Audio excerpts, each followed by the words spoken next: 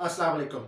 News सुनी कि pharmaceutical companies के मेडिकल रिप्रेजेंटेटिव्स को हॉस्पिटल्स में दाखिला बैन कर दिया गया है।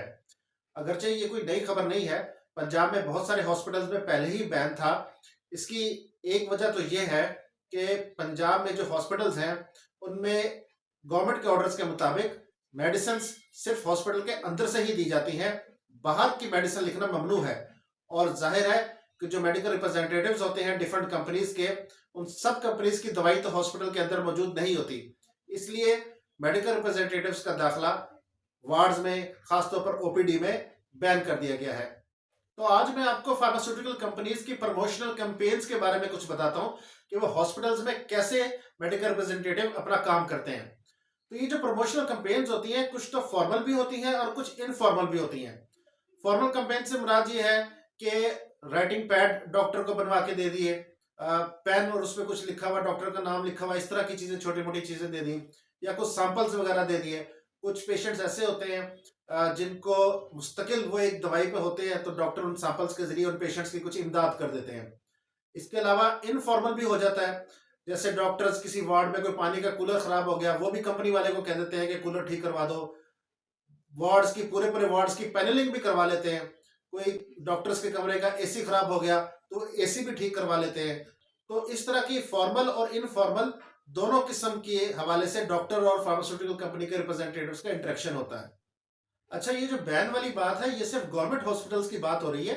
यही गवर्नमेंट हॉस्पिटल्स में जो डॉक्टर सर्व कर रहे हैं, वो अगर शाम को प्राइवेट प्रैक्टिस करते हैं, तो मेडिकल रिप्रेजेंटेटिव के शाम को डॉक्टर से मिलने पर कोई पाबंदी नहीं है। अच्छा, मैं बात कर रहा था प्रमोशनल कैंपेन्स की। तो इसमें ऐसा भी होता है कि अक्सर औकात कंपनीज किसी मखसूस वार्ड में कोई एक्टिविटी रख लेती हैं। मिसाल के तौर पर कार्डियोलॉजी वार्ड या डर्मेटोलॉजी वार्ड।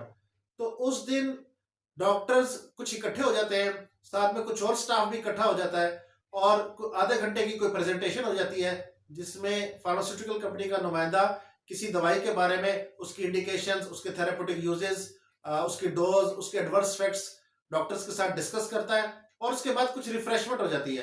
वो रिफ्रेशमेंट की वजह से भी कुछ लोग जरा ज्यादा जमा हो जाते हैं। उसमें कभी फास्ट फूड आ जाता है, कभी पिज्जा पार्टी हो जाती है, और इस तरह की कुछ और रिफ्रेशमेंट के हवाले से चीजें फार्मास्यूटिकल कंपनी स्पॉन्सर कर देती है। इसी तरह मुल्क के अंदर या मुल्क के बाहर कोई कॉन्फ्रेंस आ जाती है। मिसाल के तौर पर जैसे मैंने अभी अर्ज किया कि कार्डियोलॉजी की कोई कॉन्फ्रेंस आ गई। अब उसमें कभी अरिथमिया की कॉन्फ्रेंस आ गई, कभी हाइपरटेंशन की कॉन्फ्रेंस आ गई, कभी इकोकार्डियोग्राफी की कॉन्फ्रेंस आ गई, कभी डर्मेटोलॉजी से रिलेटेड कॉन्फ्रेंस आ गई। तो जिस वार्ड से रिलेटेड कोई कॉन्फ्रेंस होती है, तो उस वार्ड से मुख्तलिफ डॉक्टर्स, ज्यादातर सीनियर डॉक्टर्स होते हैं, उनको स्पॉन्सर किया जाता है, जिसमें उस कॉन्फ्रेंस की रजिस्ट्रेशन फी भी फार्मास्यूटिकल कंपनी पे कर देती है, और बाज़ औक़ात ट्रैवलिंग के और रिहाइश के अखराजात भी पे कर देती है।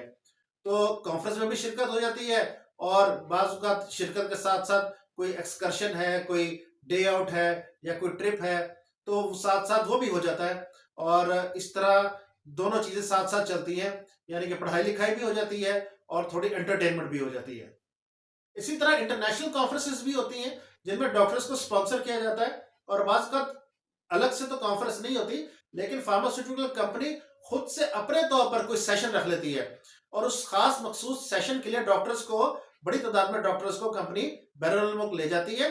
और वहां पर, जैसा कि मैंने पहले भी अर्ज किया, कि पढ़ाई लिखाई भी थोड़ी सी हो जाती है, और साथ साथ एक्सकर्शन, डे आउट और कुछ एंटरटेनमेंट भी हो जाती है।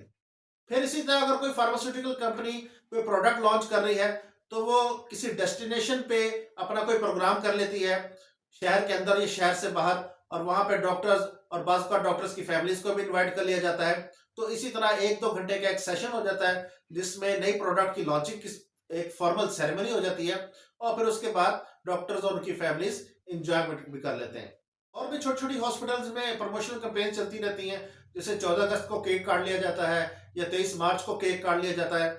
अलबत्ता ये भी होता है कि कुछ डॉक्टर्स जिनकी प्रमोशन वगैरह के लिए रिसर्च पेपर चाहिए होते हैं, अब आजकल रिसर्च जर्नल जो है वो ओपन एक्सेस हो गए हैं, और उनकी डॉलर्स में फीस होती है, जो कि अक्सर 1000-2000 डॉलर्स या कम या 3000 डॉलर्स तक भी चली जाती है। तो ये जो फीस होती है, तो ये फीस भी बाज़ औक़ात फार्मास्यूटिकल कंपनीज पे कर देती हैं, जिसकी वजह से उन डॉक्टर्स का रिसर्च पेपर पब्लिश हो जाता है, और डॉक्टर्स की प्रमोशन का क्राइटेरिया फुलफिल हो जाता है।